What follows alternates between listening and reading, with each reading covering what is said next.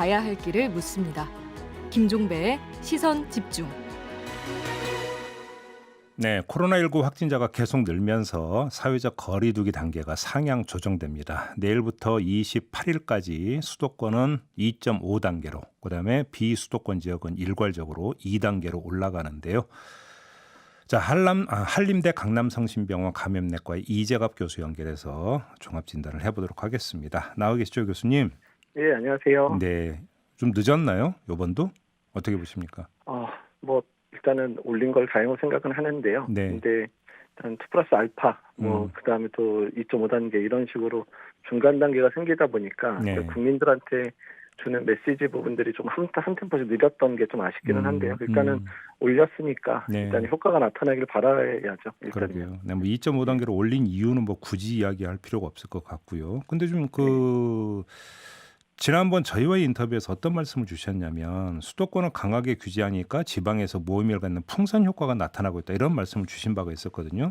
네. 근데 이번에 지금 수도권은 2.5단계인데 그것도 지방은 2단계란 말이에요. 이러면 또 이제 풍선 효과가 또 나오는 거 아니냐, 이런 이야기로 연결이 될 수 있을 것 같은데 어떻게 봐야 될까요? 네, 그래서 사실 전문가들 사이에서도 올릴 바에 특히 지금 같은 상황에서는 언제든 전국 단위로 유행이 확산이 가능하니까 네. 전국으로 2.5단계로 올리는 게 어떻겠냐, 아니면 수도권은 3단계로 올리고 다른 지역은 2.5단계 어떻겠냐, 이런 얘기가 사실 있었는데요. 예. 근데 이제 다른 이제 아마 지자체들 중에서 확진자가 많지 않은 곳 같은 경우에는 좀 반발이 좀 있었던 걸로 알고 있습니다. 그러니까 그나마 올리는 그런 거에 지역, 대해서 2단계 올리는 거에 대해서도 좀 반발이 있었던 지자체도 있는데 네. 아마도 그런 부분까지 조금 설득을 해서 2단계로 올린 걸로 생각을 하고 있습니다. 예, 이 질문을 드린 특별한 이유가 이제 연말 아니겠습니까? 근데 지금 네. 수도권 같은 2.5단계로 올리면서 사실은 연말 모임이라든지 이런 것들은 이제 사실상 불가능해졌다고 봐야 되는 거고요. 네. 근데 그래서 결국은 지방으로 가면서 연말 여행이나 이렇게 갈 가능성이 있는 거 아니냐, 이런 지적이 나오던데 어떻게 봐야 될까요? 네, 맞습니다. 사실 그런 부분들이 걱정이 사실 되고요. 그러니까 네. 지금 서울 시내 호텔이라든지 파티룸 같은 데서 저녁 모임들도 안 되고 9시 넘어서 식사도 지금 안 되는 상황이고 네. 이러다 보니까 이제 많은 분들이 연말 연시에 또 휴가들이 또 많아지잖아요. 연말에. 그렇죠. 이제 그런 때 이제 갈 만한 데가 없으니까 이제 지방으로 내려가시는 분들이 상당히 많아질 것 같아서 또한 그런 곳에서 또 이제 지역사회 전파의 확산에 이제 시발점이 될 가능성도 있기 때문에 그런 부분에 있어서는 이게 참 국민들께서 좀 자제를 해주셔야 되는 게 아닐까 생각이 듭니다. 네. 그럼에도 불구하고 사실은 이제 2단계가 됐고 또 2단계 플러스 알파가 있지 않았었습니까? 그럼에도 네. 불구하고 지금 확진자를 잡지 못하고 있다면 이걸 어떻게 지금 진단을 해야 되는 걸까요, 이 상황은? 그러니까 일단은 지금의 유행 패턴이 1, 2차랑 다르다는 얘기 많이 들으셨을 건데요. 네. 그러니까 지역사회에 만연돼 있는 형태이기 때문에 이거는 정말 사회적 거리 두기를 강화하는 것 외에는 이제 다른 수단을 동원할 수 있는 게 거의 없습니다. 이제 그러다 보니까 이제 사회적 거리 두기 단계 동참 수준 정도가 지금 아직까지는 그 1차 대구 경북에서 대구 경북 시민들이 보여줬던 수준까지 전국 단위로 안 올라가고 있거든요. 예. 그러니까 이제 상황이 그러다 보니까 이제 유행 자체가 잠재우기도 힘들고 예. 또한 이렇게 숫자가 확 늘어나는 거는 아니지만 조금씩 늘어나는 상황으로 계속 보이는 게 지금 그런 상황을 반영하고 있는 것 같습니다. 지금 김현수님이 의견 주셨는데 이제 겨울에 이제 환기를 잘 안 하잖아요. 그렇기 네. 때문에 하루에 확진자 1,000명 이상 곧 나올 거예요. 이렇게 전망까지 주셨는데 어떻게 봐야 될까요? 일단 지금 이번 주가 어떻게 되는지가 사실 중요한데요. 근데 지금 주말에도 거의 600명대 가까운 환자가 계속 발생을 했잖아요. 네. 근데 지금 양성률도 거의 4%가 넘는 수준이 됐거든요. 그러니까 지금 이게 만약에 주말에 했던 검사들이 주중에 일어났으면 한 700~800명 정도 나올 수 있는 수준의 이제 그런 양성률의 검사 수기 때문에 예. 지금 상황에서 사회적 거리 두기 단계가 폭력 있게 적용되고 국민들께서 동참을 안 하시면 이제 그 시청자께서 말씀하신 대로 이제 1,000명 얘기도 이제 나올 수도 있는 상황이 되는 거죠. 1,000명이 문제겠습니까? 더 많아지면 2~3,000명도 올라갈 수 있는 상황이기 때문에 네. 이제 지금의 상황이 거의 지금 우리나라가 이제 통제를 할 수 있는, 그러니까 통제 범위 안에 들 거냐 아니면 통제를 넘어설 거냐의 기로에 서 있다, 이렇게 생각하시면 될 것 같습니다. 그래요. 그러면 지금 2.5단계 상향 조치가 이게 효과가 있는지 없는지는 언제쯤 가면은 판단할 수가 있는 걸까요? 대부분 이제 이런 거리 두기 단계는 최소 일주일, 봐야 되고 길어지면 2주 정도를 봐야 되는 상황이거든요. 예. 근데 언제나 그렇지만 그때까지 기다렸는데 안 떨어졌다 이렇게 하면 상황이 악화되기 때문에 중간중간에 조짐이 안 좋으면 선제적으로 상향까지 고려를 해야 됩니다. 그래서 어제 아마 이제 중수본에서 발표할 때도 3단계도 언제든 할 수 있게 검토하고 있다 이런 얘기를 그래서 한 것 같은데요. 네. 이번 주 내에 조짐이 안 좋다. 특히 뭐 이번 주 뭐 금요일쯤 됐는데 1,000명 이상으로 올라간다 그러면 1,000명에서의 2,000명 되는 건 금방이거든요. 그렇기 때문에 이번 주 말이라도 상황이 안 좋다 그러면 3단계로 격상될 수도 있다고 생각이 듭니다. 교수님 그러면 지금 그 아예 선제적으로 3단계 셧다운으로 먼저 가는 게 더 그 효율적일 수 있다 이런 판단이신가요? 사실 이번에는 그래야 되지 않았을까 생각이 사실 드는 이유가 지금 2단계나 2.5단계가 예전에 그 사회적 거리 단계 때 2.5단계보다 더 강했거든요. 2단계는 거의 비슷했거든요. 네. 그럼에도 불구하고 확진자 숫자가 줄지 않았기 때문에 일단은 그리고 또 중간에 2 플러스 알파라 그래서 애매한 단계를 중간에 둬가지고요. 네, 맞아요. 2 플러스 알파랑 2.5단계랑 큰 차이가 없거든요. 지금 변화되는 면이. 예. 그래서 저는 3단계 갔으면 어땠나 이렇게 의견을 내긴 냈는데 일단은 여러 뭐 상황들 때문에 2.5단계로 올린 거로 알고 있고요. 오히려 지금 상황에서는 단계가 중요한 게 아니라 국민들이 어떻게 얼마나 이제 사회적 거리두기에 동참하는지가 더 중요한 상황이긴 합니다. 알겠습니다. 아무튼 지금 그 정부가 이제 상향 조치한 2.5단계 시행 기인가 그 기간에 성탄절이 지금 포함이 되어 있거든요.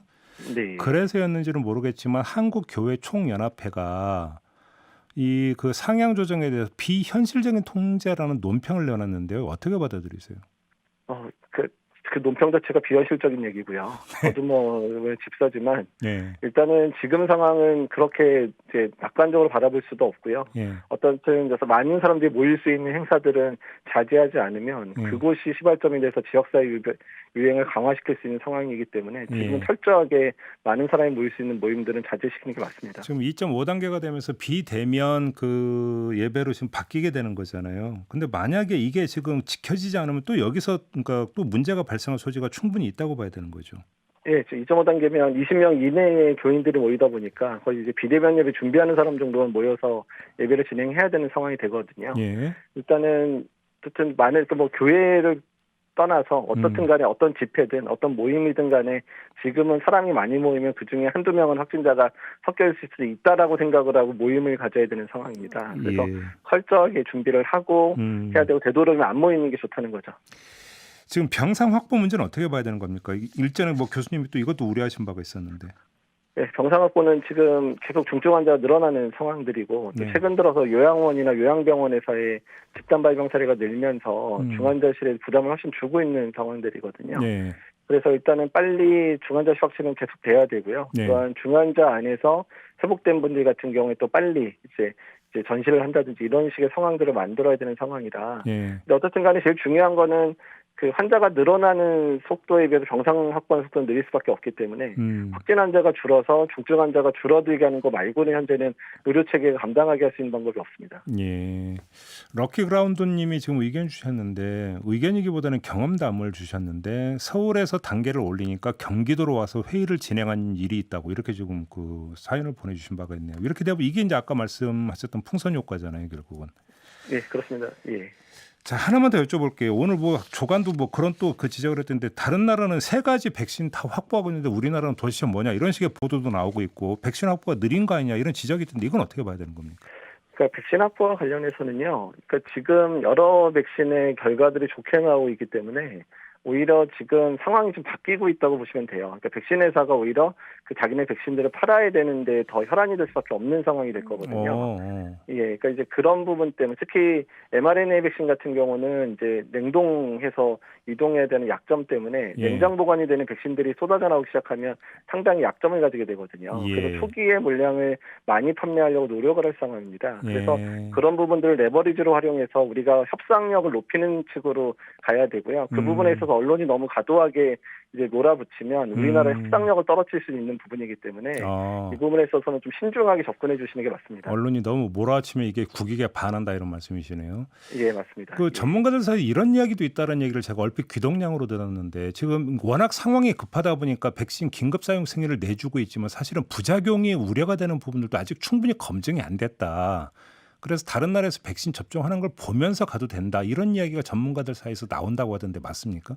예, 그것도 뭐 틀린 얘기는 아닌데 또 그것 때문에 너무 늦어져서도 안 되긴 안 되거든요. 예. 근데 다만 이번 달부터 일부 접종이 시작되면 적어도 한 100만 명 이상의 접종이 이루어졌는데 단기 부작용이 없는 게 확인되면 일단 좀 안심할 수 있는 단계에 이를 수는 있거든요. 예. 그래서 적어도 이번 달이나 다음 달 정도에 다른 국가에서 접종하는 것과 그리고 이제 부작용 사례들을 잘 면밀히 보고 나서 본격적으로 도입을 해 늦지는 않는 거고 그 사이에 당연히 협상을 하고 있어야 되는 거죠. 그렇죠. 그러니까 이제 부작용 체크나 가격 협상을 위해서도 사실은 우리가 시간을 벌어야 되고 시간을 벌려면 이 방역이 잡혀야 되는 건데 지금 여기서 이제 문제가 생기고 있으니까 좀 골치 아픈 거다 이렇게 정리를 하면 되겠네요. 예, 좋은 지적입니다. 네, 알겠습니다. 교수님 말씀 여기까지 드릴게요. 고맙습니다. 예, 감사합니다. 네, 지금까지 한림대 강남성심병원 이재갑 교수였습니다.